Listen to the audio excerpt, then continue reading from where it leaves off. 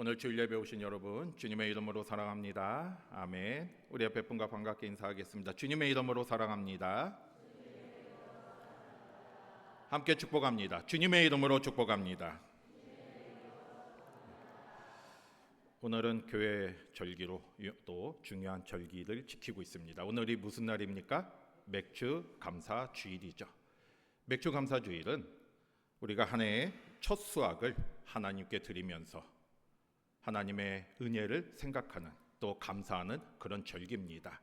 이게 지금까지 주신 모든 게 다 하나님의 것이고 또 하나님의 은혜임을 고백하면서 우리가 그 첫 열매로 하나님께 드리는 거예요.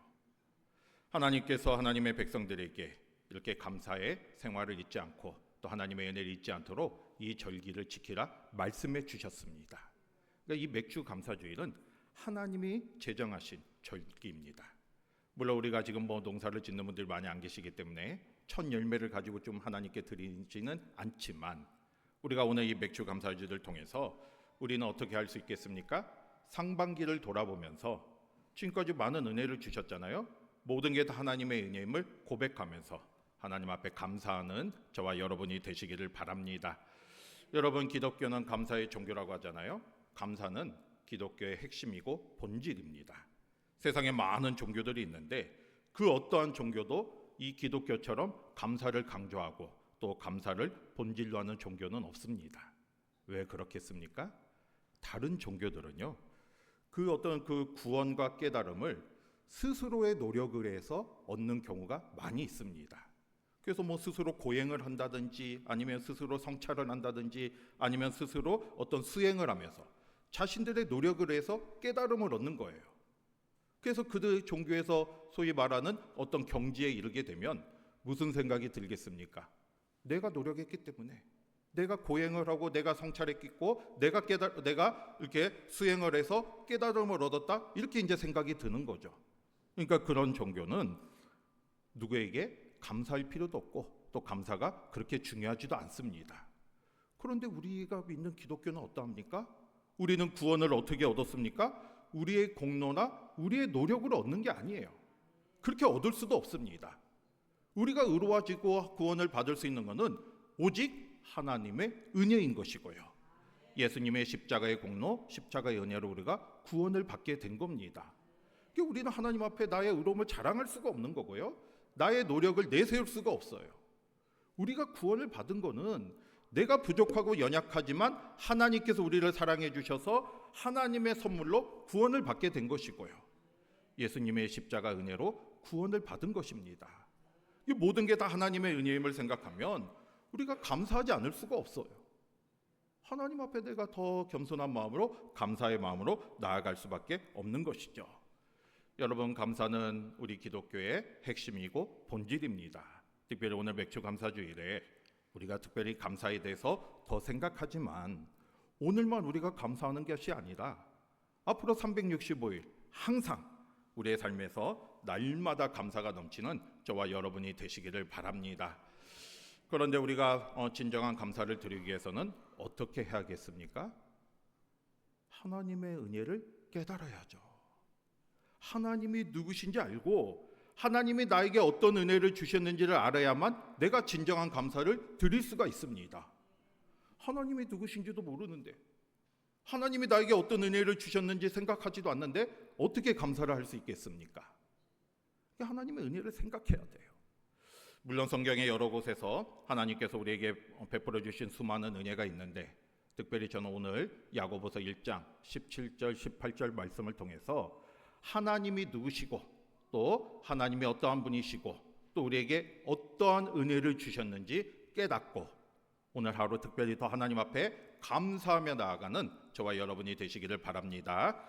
먼저 17절 같이 보겠습니다. 첫 번째로 하나님이 어떤 분이신지 말씀을 통해서 깨닫기를 바랍니다. 17절 같이 볼게요. 시작. 온갖 좋은 은사와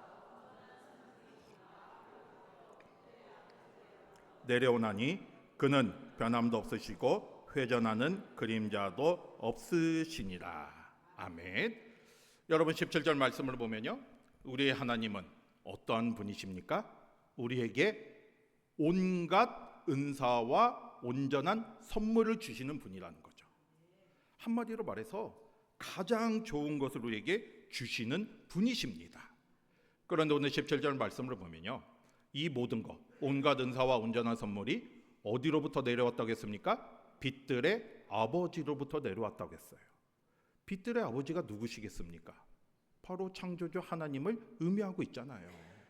여러분, 원래 이 땅은 아무것도 없는 흑암과 공허한 상태였는데 하나님께서 빛이 있으라 선포하실 때 빛이 이 세상에 있게 되면서 이제 하나님께서 모든 걸 말씀으로 창조하셨습니다.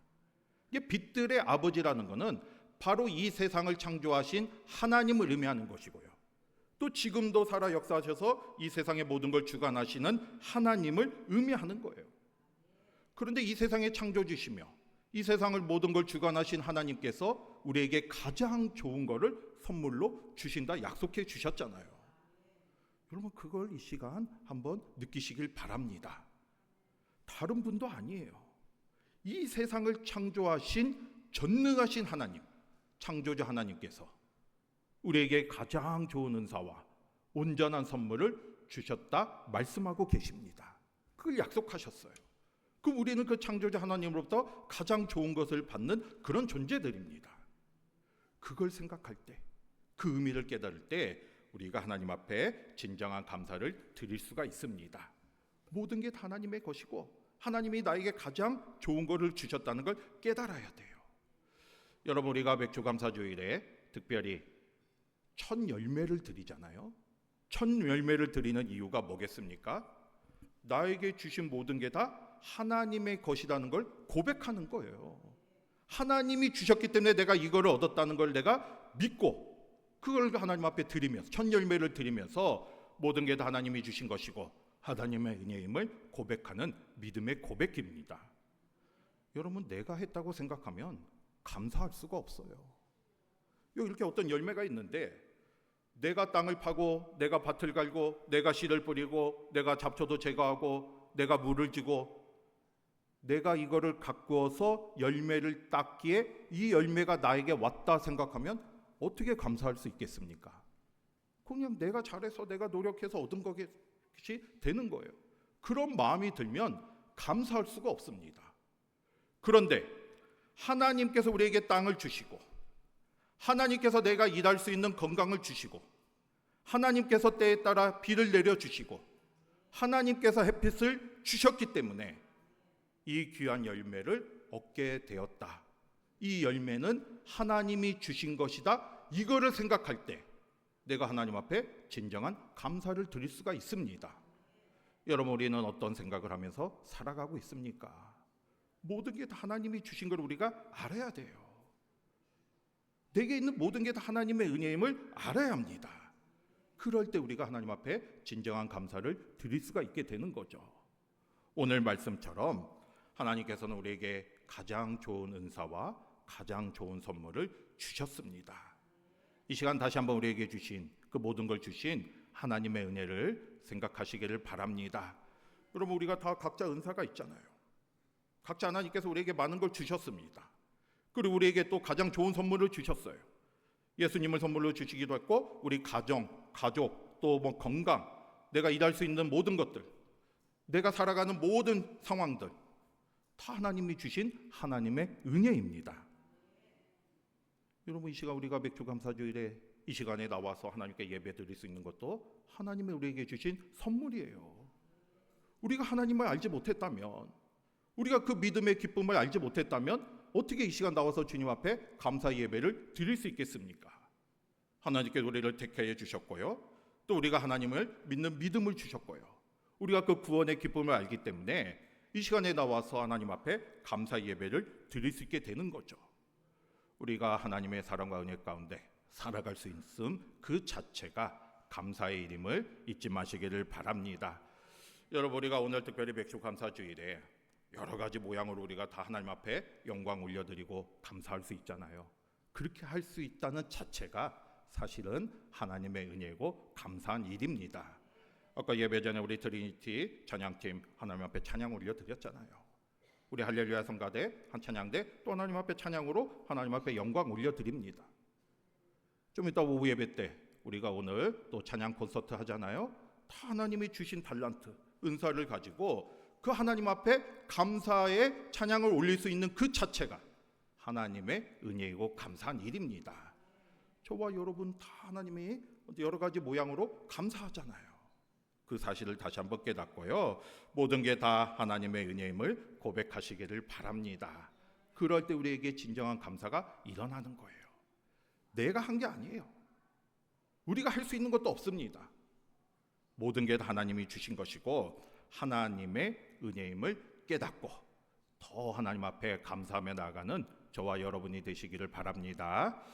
두 번째로 우리가 하나님의 어떤 분이시겠습니까? 17절을 다시 한번 보겠습니다. 17절 다시 볼게요. 시작. 온갖 좋은 은사와 온전한 선물이 다 위로부터 빛들의 아버지께로부터 회전하는 그림자도 없으시니라. 아멘. 여러분 17절 뒤에 부분에 보면요, 그는 하나님이죠. 뭐가 없으시다고 했습니까? 변함이 없으시다는 거죠. 다시 말해서 우리를 향한 하나님의 사랑은 변함이 없다는 거예요. 하나님은 변함이 없으신 분이십니다. 여러분, 하나님께서 우리에게 좋은 것을 주시는 이유가 뭐겠습니까? 우리를 사랑하시기 때문이잖아요. 우리도 누군가를 사랑하면 좋은 것을 주고 싶어 합니다. 우리 자녀들 다 좋은 걸 주고 싶어 하잖아요. 우리가 누군가를 또 사랑하면 좋은 거를 선물로 줍니다. 사랑하니까 주는 거예요. 더 좋은 걸 주고 싶어 해요. 하나님께서 아까 첫 번째 말씀을 드린 것처럼 가장 좋은 은사와 가장 온전한 선물을 우리에게 주신 이유는 우리를 어떻게 하셨기 때문이에요? 사랑하시기 때문이죠. 그런데 인간적인 사랑은 때에 따라서 변할 수가 있습니다. 상황이 변하고 또 사랑이 식을 수가 있어요. 그런데 하나님의 사랑은 변함이 없다는 거예요. 그게 하나님의 놀라운 은혜입니다. 여러분, 오늘 말씀을 보면 하나님은 사랑은 변함이 없는데 회전하는 그림자도 없으시다고 말씀하고 있잖아요. 이게 무슨 의미겠습니까? 회전하는 그림자가 없다는 것은 이 그림자가 우리가 시간에 따라서 그 길이가 변하잖아요. 아침에 해가 동쪽에서 뜨면 그림자가 어떻게 됩니까? 뒤로 길게 드리워집니다. 또 해가 서쪽에 이렇게 질 때 또 나의 그림자가 뒤로 길게 드리워집니다. 하지만 정오의 해가 우리 머리 위에 있을 때는 그림자가 어때요? 짧잖아요. 이게 이 그림자는 시간에 따라 상황에 따라 변하는 거예요. 그런데 하나님은 회전하는 그림자도 없다는 것은 그런 변함이 없으시다는 거죠. 언제나 동일하신 분이라는 거고, 어제도 우리를 사랑하시고요, 오늘도 지금도 우리를 사랑하시고요, 앞으로도 영원히 우리를 사랑하여 주시는 분이십니다. 하나님의 사랑은 변함이 없어요. 우리가 흔히 하나님의 사랑을 어디에 비유를 많이 합니까? 등대에 비유를 많이 하잖아요. 여러분, 등대는 그냥 항구에 그 자리에 그냥 계속 서 있는 거예요. 그러면 멀리서 그 불빛을 보고 길이 어딘 배가 항구가 어딘지를 알고 찾아올 수가 있습니다. 근데 등대가 막 이리저리 흔들리고 왔다 갔다 하면 어떻게 찾을 수 있겠습니까? 하나님은 등대와 같이 우리에게 한 곳에서 변함없는 사랑으로 빛을 비춰주시는 분이시고요, 한결같은 자리에서 우리를 사랑해 주시는 분이십니다. 이 시간 그 사랑을 깨닫고요, 우리를 향한 변치 않는 하나님의 사랑을 깨닫는 저와 여러분이 되시기를 바랍니다. 사실 오늘 야고보서 1장 17절에서요, 야고보가 이 사실을 강조하는 이유가 무엇이겠습니까? 우리가 앞에 내용을 쭉 1절부터 말씀을 보면요, 야고보는 시험을 당하거든 온전히 기쁘게 여기라 말하면서 시험 중에서 인내를 가지고 이겨나갈 것을 권면하고 있습니다. 그렇게 권면하면서 오늘 17절 말씀에서 하나님은 가장 우리에게 좋은 것을 주시는 분이고 변함없는 사랑으로 우리와 함께하여 주시는 분임을 강조하고 있어요. 그러면 이 말씀은 무슨 의미가 있겠습니까? 때로는 우리에게 시험이 있을지라도, 때로는 예기치 않는 일들이 일어날지라도, 때로는 어려움과 고난이 있을지라도 하나님은 우리를 사랑하여 주시는 분이시고 우리에게 가장 좋은 것을 주시는 분이시고 우리를 변함없이 사랑으로 함께하여 주시는 분이심을 잊지 말라는 거예요. 그러면 그 시험과 고난과 어려움조차도 하나님의 사랑과 하나님의 섭리 가운데 일어나는 일이고요. 우리가 그런 상황에서도 끝까지 하나님을 바라보며 나아간다면 하나님께서는 그 어려움을 이길 수 있는 우리에게 가장 좋은 것을 주시는 분이시고 사랑으로 함께하여 주시는 분이라는 것을 잊지 말라는 그런 말씀입니다. 여러분, 하나님의 사랑은 변함이 없으십니다. 우리가 지금 어떤 상황에 있을지라도 하나님은 우리를 끝까지 사랑해 주시고요, 또 우리와 함께하여 주십니다. 여러분, 로마서 8장 31절에 바울이 무슨 고백을 했습니까?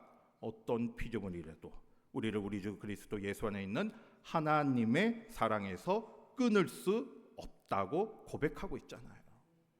우리를 향한 하나님의 사랑은 그 어떤 피조물도 끊을 수가 없어요. 그만큼 하나님은 우리를 사랑하고 계십니다. 이 시간 다시 한번 우리를 향한 하나님의 사랑을 깨닫기를 바랍니다. 우리에게 가장 좋은 걸 주시고자 하는 그 하나님의 마음을 깨달아야죠. 변하지 없는 하나님의 사랑을 깨달아야죠.